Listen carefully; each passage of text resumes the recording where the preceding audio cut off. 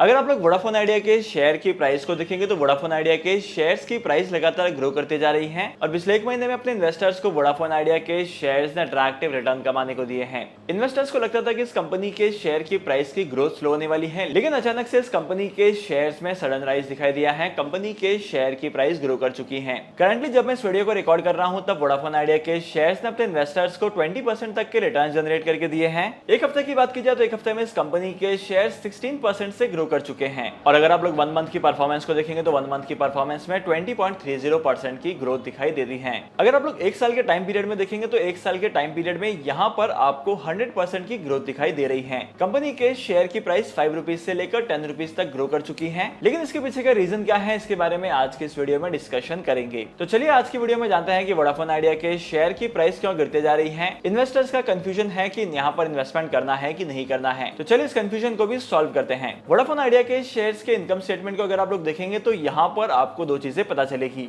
Number 1, revenue growth के prospect की बात की जाए तो इंडस्ट्री के कंपैरिजन में इस कंपनी का रेवेन्यू ग्रोथ थोड़ा सा ज्यादा है। जहां पर इंडस्ट्री का एवरेज निकल कर आता है 7.6% का, वहीं पर वोडाफोन आइडिया के रेवेन्यू के ग्रोथ का परसेंटेज निकल कर आता है 7.9% का। माइनर सा ज्यादा है लेकिन फिर भी थोड़ा सा ज्यादा है। और अगर आप लोग पिछले 5 सालों में देखेंगे तो पिछले 5 सालों में इस कंपनी का मार्केट शेयर भी माइनर सा इंक्रीज हुआ है। पहले इस कंपनी का मार्केट शेयर था 29.3% का, लेकिन 5 साल बाद इस कंपनी का मार्केट शेयर हो चुका है 20.7% का। ग्रोथ ज्यादा नहीं है लेकिन फिर भी हल्की सी ग्रोथ है। लेकिन वहीं पर अगर आप लोग बैलेंस शीट के फिगर्स को देखेंगे तो बैलेंस शीट के फिगर्स में भी आपको दो इंपॉर्टेंट चीजें पता चलेगी। सबसे पहली बात तो यह है कि इस कंपनी का जो डेट टू इक्विटी रेशियो है वो इंडस्ट्री के कंपैरिजन में थोड़ा सा ज्यादा है, और जब भी किसी कंपनी का डेट टू इक्विटी रेशियो ज्यादा होता है तो ऐसी कंपनी में इन्वेस्टमेंट करना बहुत ही ज्यादा रिस्की होता है। अगर इस कंपनी के डेट टू इक्विटी रेशियो के परसेंटेज की बात की जाए तो इस कंपनी का डेट टू इक्विटी रेशियो का परसेंटेज नेगेटिव में है और ये डेट टू इक्विटी रेशियो का जो परसेंटेज है निकल कर आता है 80.71% का। और सेकंड मोस्ट इंपॉर्टेंट चीज, इस कंपनी का करंट रेशियो धीरे धीरे करके बहुत कम हो गया है। जहां पर इंडस्ट्री के करंट रेशियो का एवरेज 40% का निकल कर आता है, वहीं पर इस कंपनी का इंडिविजुअल करंट रेशियो है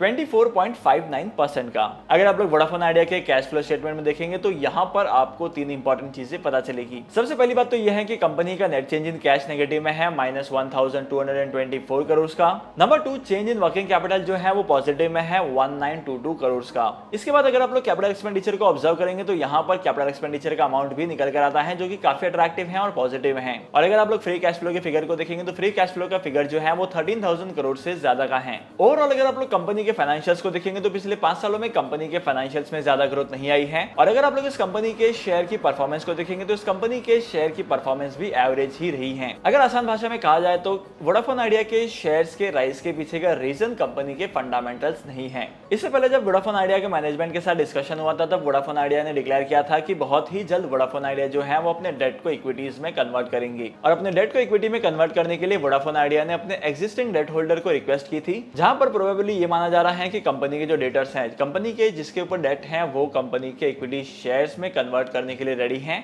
मतलब कि कंपनी के डेट होल्डर कंपनी के इक्विटी शेयर होल्डर बन सकते हैं। इसके बाद सेकंड इंपॉर्टेंट चीज ये है कि आने वाले टाइम पीरियड में वोडाफोन आइडिया जो है वो बहुत ही जल्दी 5G के प्रोस्पेक्ट पर काम करने वाला है और 5G के प्रोजेक्ट्स को डेवलप करने वाला है और अपनी एफिशिएंसी को 5G के सेक्टर में भी इंप्रूव करने वाला है। और इसके लिए वोडाफोन आइडिया ने मार्केट में अनाउंस किया है कि 2000 करोड़ का फ्रेश इशू होने वाला है, जहां पर कंपनी जो है वो मार्केट से 2000 करोड़ रेज करने वाली है और अपने एग्जिस्टिंग बिजनेस को ग्रो करने वाली है। तो इन्हीं दो मेजर रीजन की वजह से इस कंपनी के शेयर की प्राइस में ग्रोथ आया है और ऐसा होने के बाद कंपनी के शेयर की प्राइस डेफिनेटली ग्रो करेगी। ये बता पाना बहुत ज्यादा मुश्किल है क्योंकि यहाँ पर जो प्रोबेबिलिटी है वो 50% की है। और रही बात फ्रेश इशू का इस्तेमाल करके 2000 करोड़ तक के फंड को रेज करने की, तब यहाँ पर कंपनी के सामने बहुत सारी डिफिकल्टीज आ सकती हैं। सबसे पहला कंसर्न हो सकता है कंपनी की वैल्यूएशन का। अगर आप लोग कंपनी की बैलेंस शीट को देखेंगे तो यहाँ पर कंपनी का जो डेट है वो करंटली ज्यादा है और जब किसी कंपनी के ऊपर डेट होता है तो यहाँ पर फंड रेज कर पाना कंपनी के लिए बहुत ज्यादा मुश्किल होता है। लेकिन वोडाफोन आइडिया के शेयर्स को लेकर आपको करना क्या है, बाय करना है, सेल करना है या इन शेयर्स को होल्ड करना है। अगर आप लोगों ने करंटली वोडाफोन आइडिया के शेयर्स में इन्वेस्टमेंट किया है और अगर आपकी पोजीशन प्रॉफिटेबल है, सो आई वुड पर्सनली से कि आपको आपकी इन्वेस्टमेंट की होल्डिंग को सेल कर देना है, क्योंकि शॉर्ट टर्म में इस कंपनी के शेयर में बहुत ज्यादा फ्लक्चुएशन देखने को मिल सकते हैं। अगर आप लोग लॉन्ग टर्म के लिए इन्वेस्टमेंट करना चाहते हैं, 3 से 5 साल के टाइम पीरियड के लिए इन्वेस्टमेंट करना चाहते हैं, तभी यहाँ पर आपको इन्वेस्टमेंट करना है, क्योंकि ओवरऑल कंपनी के शेयर के रिटर्न कंपनी की परफॉर्मेंस पर डिपेंड करता है। लेकिन कंपनी आने वाले टाइम पीरियड में कैसे परफॉर्म करेगी, इसका अभी तक कोई आइडिया लगा नहीं है। और सबसे बड़ी बात, किसी भी कंपनी के शेयर में अगर आप लोग इन्वेस्टमेंट करते हैं तो वहां पर आपकी खुद की रिसर्च करनी है या तो अपने फाइनेंशियल एडवाइजर की हेल्प लेनी है, और उसके बाद ही किसी भी कंपनी के शेयर में इन्वेस्टमेंट करने का डिसीजन लेना है। डिमैट अकाउंट ओपन करने के लिए टॉप 3 ब्रोकर्स की लिंक आपको डिस्क्रिप्शन में मिल जाएगी, वहां पर जाकर आप डिमैट अकाउंट ओपन कर सकते हैं